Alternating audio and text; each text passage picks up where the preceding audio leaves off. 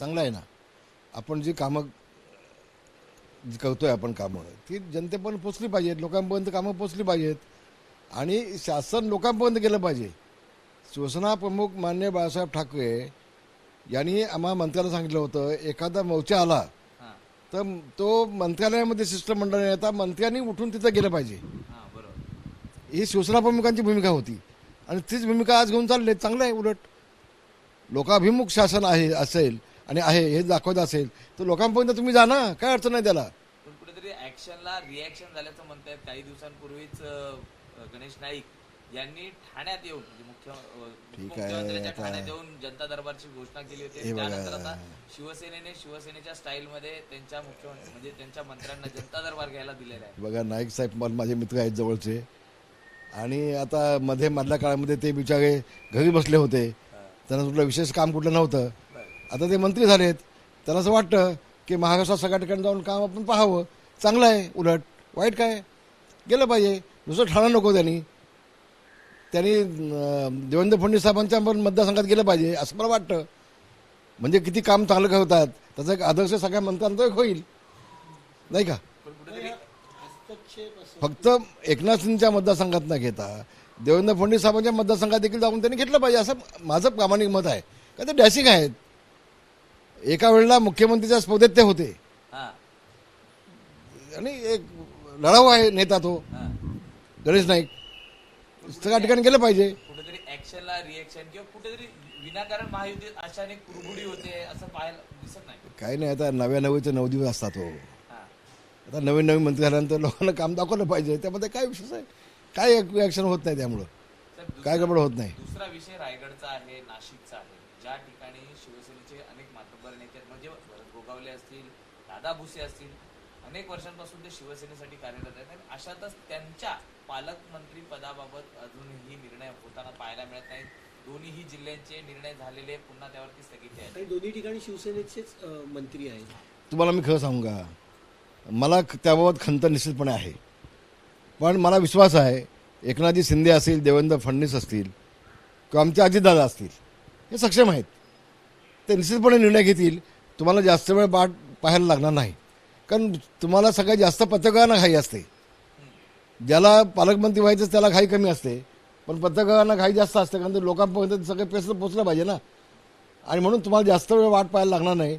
शक्यतो लवकरात लवकर निर्णय तुम्हाला पाहायला मिळतील दोन्ही. याचं कारण असं आहे की नगरपालिका किंवा स्थानिक स्वराज्य संस्थांच्या निवडणुका या तोंडावर आहेत आणि अशात जिल्ह्याचं तुम्हाला कुणी सांगितले तोंडावत म्हणून? तुम्हाला कसं कळलं? हे निवडणूक आयोग तुम्हाला विचारून निर्णय घेतो का? आपल्याच अनेक नेत्यांच्या भाषण नाही नाही, अजून काहीच नाही ना.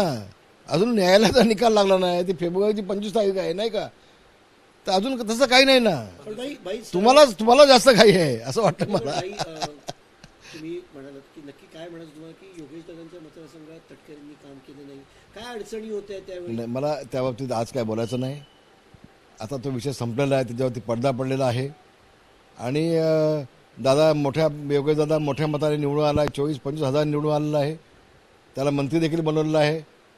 आणि चांगले दिवस असताना आता कशाला फुकट आपण वाईटपणा घ्यायचा. झालं काय होतं रायगड? झालं गेलं, गंगेला मिळालं. आता पुन्हा हातात हात घालून सगळ्यांनी काम केलं पाहिजे. ही भूमिका सगळ्यांनी ठेवलं पाहिजे. आक्षेप काय होता तुमचा की काही आक्षेप नाही. आणि नाही, काल देखील नव्हता, आज पण नाही आहे. पण पालकमंत्री पदांच्या यादीत योगेश दादा यांचं नाव देखील नव्हतं. त्यामुळे कुठेतरी नाराजी एक सांगू का तुम्हाला की योगेश दादाला मंत्रिपद दिलं, राज्यमंत्रीपद दिलं. मी एकनाथ शिंदे, देवेंद्र फडणवीस, आमचे अजितदादा या सगळ्यांचे मनापासून आभार मानतो. आणि योग्य वेळेला जर असेल तर ते देतील ना, कॅपेबल असतील तर. पण त्यांनी न्याय दिला ना आम्हाला. आता सगळंच आम्हाला पाहिजे. 5-6 चांगली खाती दिलीत. हो, 5-6 खाती चांगली दिलीत. आणि किती काय हवंय. 5-5, 6-6, 7-7 टर्म असलेले आमदार, जुने आमदार आहेत, त्यांना पण न्याय मिळायला पाहिजे ना. असं काय करता तुम्ही? बरोबर. मग आमदार समजा मुलगा आहे म्हणून त्याला पालकमंत्रीपद द्या, त्याला 7-7 खाती पण द्या, त्याला मंत्रिपद द्या, त्याला अमुक पण द्या, त्याला एवढं नको. सगळ्यांचा विचार आपण केला पाहिजे. आणि सगळ्यात आपली जी युती आहे त्या युतीमध्ये मतभेद कसे होणार नाहीत याचं देखील भान सगळ्यांनी ठेवलं पाहिजे. उद्या योगेश दादांनी चांगलं काम केलं तर त्याला बोलावून देतील कुठलं पालकमंत्रीपद देवेंद्र फडणवीस. पाठ थोपडतील. आपलं काम देखील दाखवायची संधी त्यांनी दिले आणि त्यामुळे तो खरा उतरेल असं माझा विश्वास आहे. पण या पालकमंत्री पदावरनं भांडणं नसावीत असं माझं देखील प्रामाणिक मत आहे. बाई, कुठेतरी दोन्ही ठिकाणी नाशिकमध्ये पण तिकडे दादा भुसे आहेत, रायगडमध्ये तुम्ही तेच पुन्हा पुन्हा रिपीट करताय, त्यात नवीन काय बोलताय तुम्ही? शिवसेनेच्याच आमदारांचे तुम्ही असं आग लावून द्यायचा प्रयत्न का करताय तुम्ही? शिवसेनेच्या मंत्र्यांच्याच अडचणी काय होतात म्हणजे नाही तो योगा देखील असू शकतो, पण ते आपलं चालू होतील ना.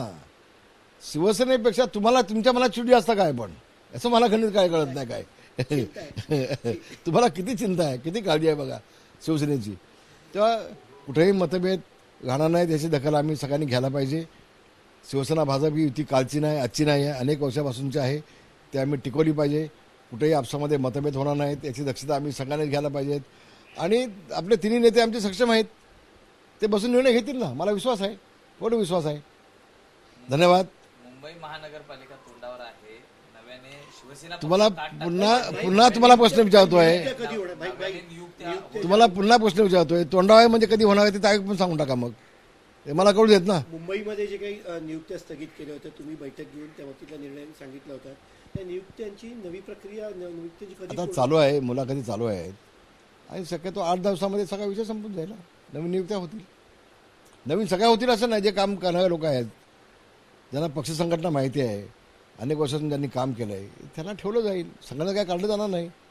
आणि जुने जे लोक आहेत, जे नंतर मागावून आलेले आहेत आणि जर कॅपेबल असेल तर त्यांची नियुक्ती त्या ठिकाणी केली जाईल. शक्यतो कोणावरती अन्याय होणार नाही याची दक्षता देखील पक्ष निश्चितपणे घेईल. धन्यवाद. जय हिंद, जय महाराष्ट्र, जय भीम. एबीपी माझा, उघडा डोळे बघा नीट.